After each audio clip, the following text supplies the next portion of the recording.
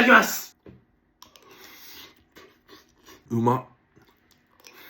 マルハニチロの冷凍チャーハン。結構うまいね。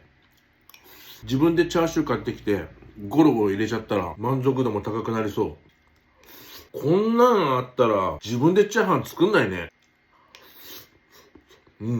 チャーハンのお供には、あったかスープ。淡路島フルーツ玉ねぎスープ。この会社マジすげえよ。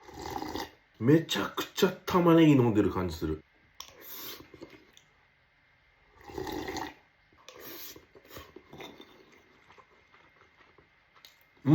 今度この粉を使ってチャーハンを作ってみるっていうのはどうだろうか。卵、チャーシュー、長ネギ、シンプルチャーハン。やってみる価値はありそう。価値があるかどうかっていうよりか、それをやるのがこのアカウントの使命だよな。ごちそうさま。大満足。